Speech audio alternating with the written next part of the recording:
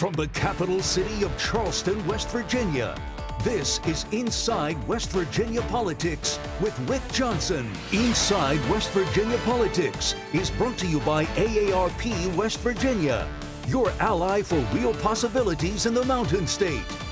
Now, Inside West Virginia Politics. Hello and welcome to Inside West Virginia Politics.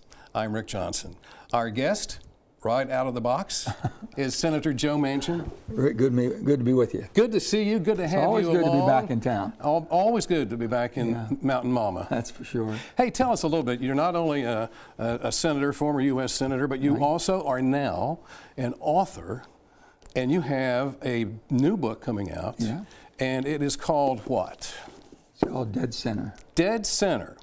Nothing could speak more to that than the name of Dead Center, because that's where I was in the entire almost 14 and a half years being in the United States Senate. Can you take us back through your years, even before politics, back to when you were running around Farmington, West Virginia, as little Joe? And what did you put in that book that came from then? Rick, everything's about, I think, all of us, especially if you were born and raised in West Virginia or any rural community in America. The values you receive there are like none other. And I keep saying to people, you are who you are by where you were raised, how you were raised, and who raised you. And I was very, very fortunate. I was a privileged child, not because of money or a big home, lived in a garage apartment, this and that, but we had unconditional love. And a lot was expected. Civility, kindness, helping, contributing back to society.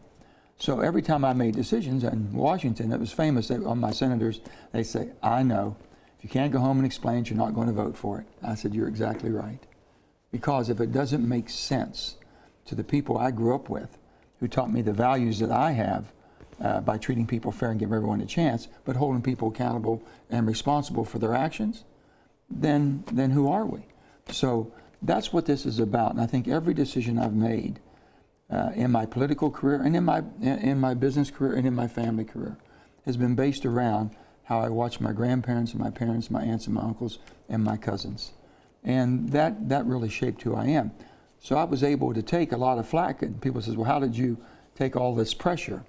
And Rick, I would say, I never felt pressure because I didn't change who I was. I wasn't trying to,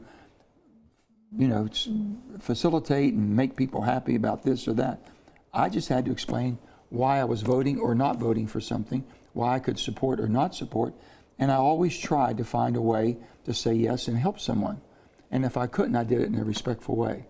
My dad always said, when it comes time and you have to say no, if you can say no with a tear in your eye, that the person that you're giving the news to, that wants you to be for them or with them or support something, if they know it hurts you as much to tell them you can't, than it does for them to receive it, you'll be okay. Explain why. And I've always done that. The book is coming out very, very soon, and the foreword was written by someone I think we all are familiar with, one Nick Saban. And Coach Nick Saban, huh? Yeah, I mean, see, I know him as brother. Because you guys grew up together. We grew up together. Worthington and Farmington is 3 miles apart. We got one big hill and two little hills, and that's who we are. So his parents, he grew up in basically, his father had a golf station, and his mother had a little Dairy Queen. And on 3 miles over, my dad had a little furniture store and a little grocery store, my grandfather. We ended up working basically for our family and trying to please our customers. So we always knew the customer was always right, and the customer basically was how you supported yourself, and you took care of a satisfied customer. So we always worked towards that, but we had to work harder.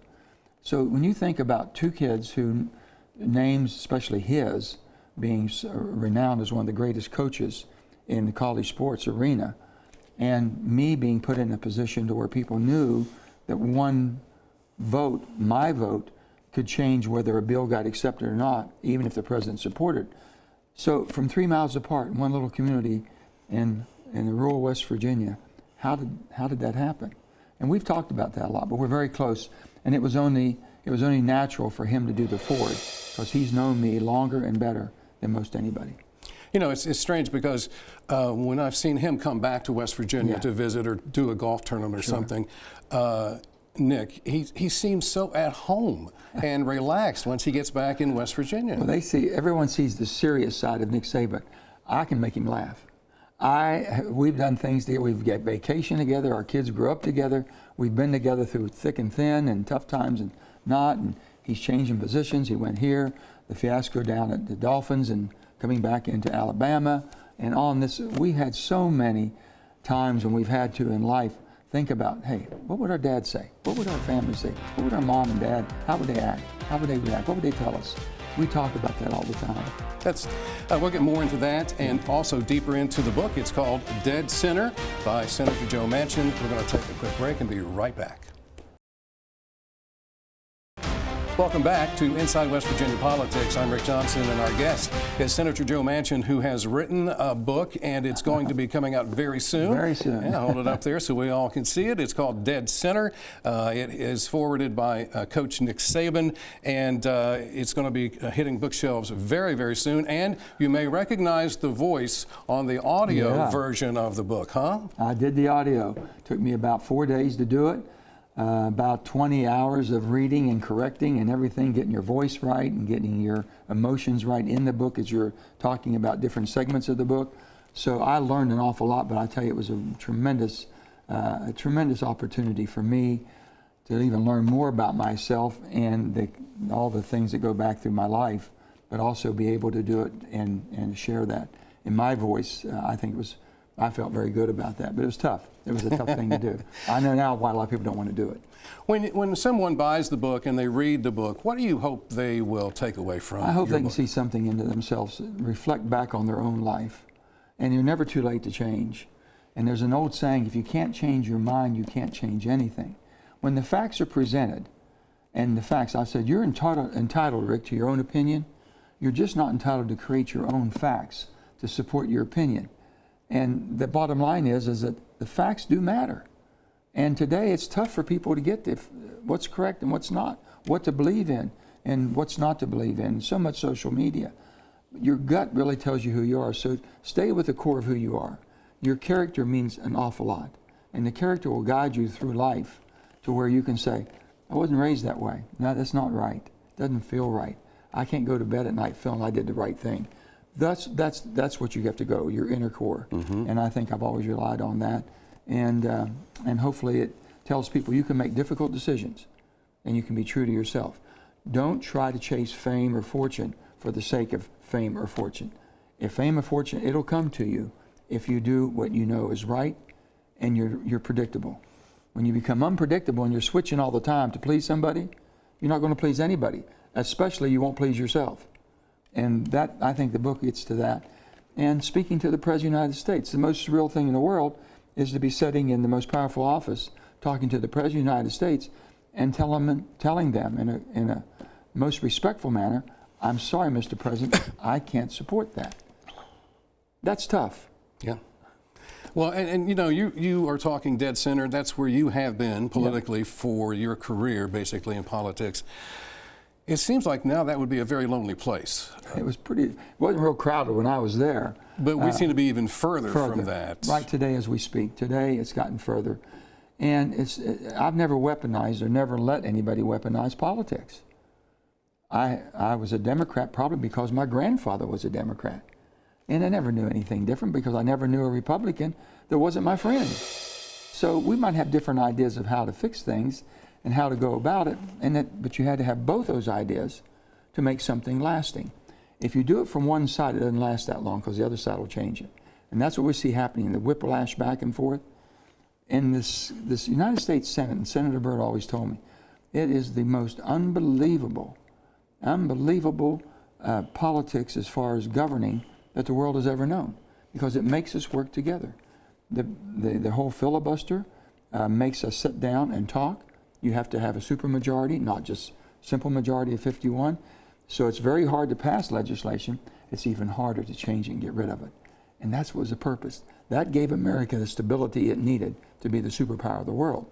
And people are trying to discard that, saying, I'm in power now. It's all about me. Forget about the other side. You can never forget about the other side. You know, the person on top of the mountain didn't fall there, Rick. They climbed there, okay? And I used to ask Papa, my grandfather, and we were talking earlier, and I say, Papa, what's the difference between a Democrat and Republican? He'd say, oh, Joe, it's not that much difference. He says, if you put a pile of money in the middle of the table, they'll both spend it all. He says, now our Republican friends will feel bad about it. He said, but they'll spend it all. And now I'm not even sure if anybody feels bad about it.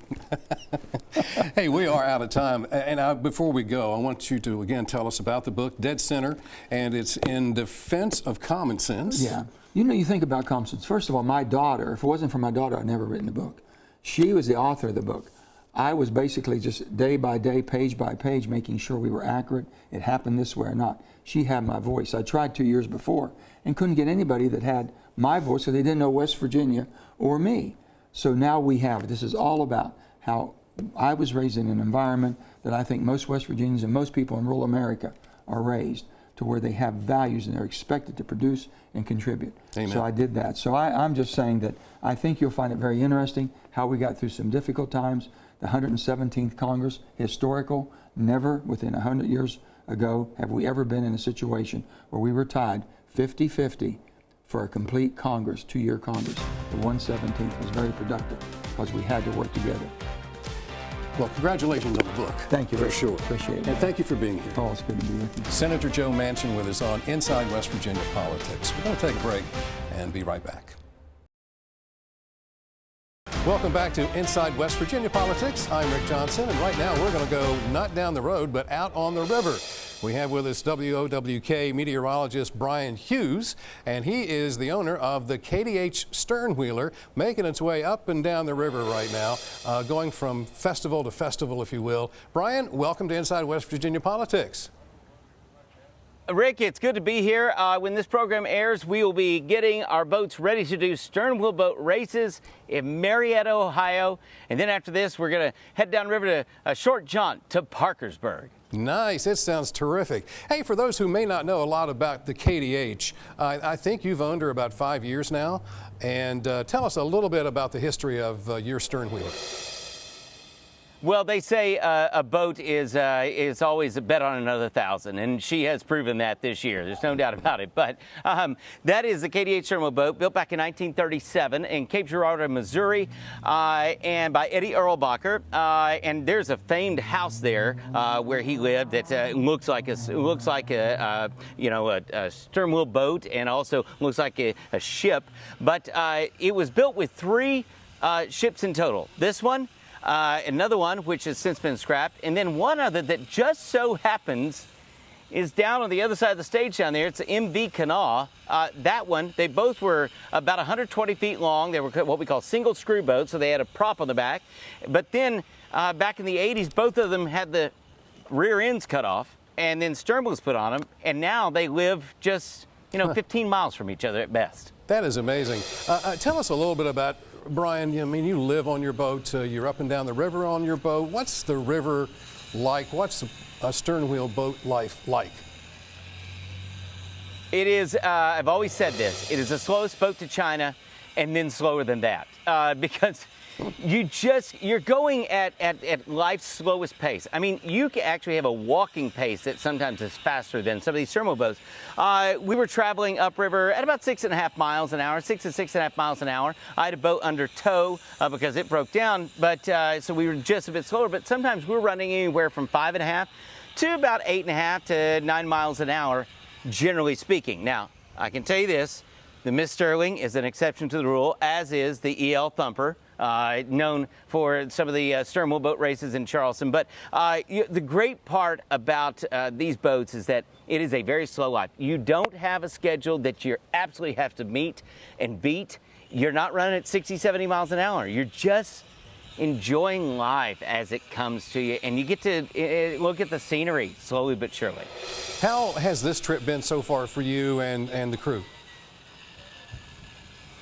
Crew, so far it's been pretty good. I think if we could stop spending money on fixing things, we'd be in much better shape. But I've got my dog, Bosun. She's actually laying up there. You can actually see her and Little Moose. Yeah, there she is. My best friend Josh is. They're right over there. So we love the both of them. They travel the river quite well. But we got here on Sunday. Yeah, Sunday. We got here on Sunday, and we're going to be here an entire week.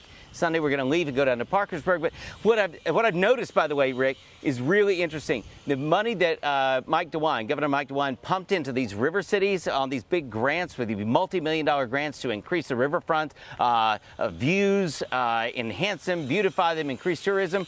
They are going full tilt, full force into it, and it is going to pay dividends. It already is. And if there's one thing that I think anybody could do to their city, if you live on a river, enhance the riverfront, treat it like it's a gold mine, because it is, and it can pay dividends. Absolutely. Hey, tell us just a little bit about the scenery on the riverbanks. Are you noticing trees changing colors? Yes, we are starting to see the leaves change. Just a slow change. Now, once we get into, in about 2 weeks, we're definitely going to start to see big changes. But we've just seen a little bit of slow change, seen a couple leaves falling off the trees. And I tell you, this is a place to view it, is from the river, because you get all these, you're in the valley, so you get to see all the trees lining the entire river. But it's going to be beautiful. And here's the deal, Rick.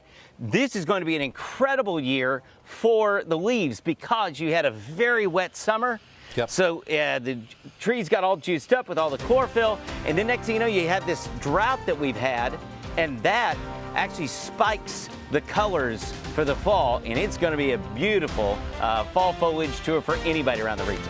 Hey, Brian, thanks a lot, and safe travels. And welcome back to Inside West Virginia Politics. I'm Rick Johnson. On Labor Day Monday, 2 education unions in the state merged to become one. And Dale Lee is here to tell us all about it. Welcome to Inside West Virginia Politics, sir. Thank you for having me. Hey, tell us about this, the merging of the 2 teacher representative associations came together and now are one. It's the merger of the West Virginia Education Association and AFT West Virginia. We've been in discussions for about 3 years, and in March of this past year, both of our governing bodies, our conventions, voted unanimously to adopt the merger, and we officially took place Labor Day, which is how fitting that your new labor organization starts on Labor Day. In broad strokes, what would be the difference in the 2 becoming one? What's the difference now? Well, one of the differences, we have a long history of competing for the same members over and over. Now there's one organization. We are restructuring some things so that we're hoping to have more member voice in the new organization, and more opportunities for members to have their voice heard. So we've changed our structure in the way that we're doing conventions and different types of things like that. That will come to fruition within the next 1.5 to 2 years. And you're a co-president there. That means there's another person who serves as co-president. Yeah, Christy Skidmore is the other co-president. She was the president of AFT West Virginia. She's a Title I teacher from Randolph County, and she just got elected in November of this past year, and she and I will serve until July 1st of 2027 as co-presidents. At that time, the newly elected president will take office. You've been doing this a long time. Too long. I mean, back to the days when I was in radio, we had you on many times talking about issues of education in the state. Has anything changed over the years? Are we still looking at some of the same issues? Or? In many ways, we're looking at some of the same issues over my career, but there's so many different things today. The kids have so many more issues that they face, the traumas at home, the opioid crisis across the state of West Virginia, the issues that they're bringing into the schools with them. So we really need to focus on the mental health and emotional health of these students and catch it at an early age. But as far as the things never changing, my dad was a teacher and taught for 30 years. In 1979, he walked out of the classroom in a one-day walkout for teacher pay. Mm-hmm. In 1990, I was a third-year teacher, and we had the walkout for teacher pay. And then in 2018, my daughter was a fourth-year teacher and walked out for teacher pay. Wow. As a father, it makes you proud to think of that. Mm-hmm. But as an educator, to fight the same fight for 3 generations, there's something wrong with that. And we're still fighting that same fight on teacher pay and our health insurance, PEIA, and what we need to do. I was going to ask you about some goals that come to mind for the new organization. Or is it the same goals? They are in many ways the same. Of course, teacher pay, we're 48th, I think, in the nation in pay. But more importantly, we're behind the contiguous states, anywhere from $2,800 to $28,000. And so our educators can drive 30 minutes and make quite a bit more. That's why we had 1,500 positions last year without a certified teacher in them. Our health insurance, the premiums keep going up. We are hearing that there may be a special session, but we're not doing the things to stabilize the plan. We realize health insurance is a nationwide issue, but we have to do some things in West Virginia to stabilize it for our educators and for our state employees.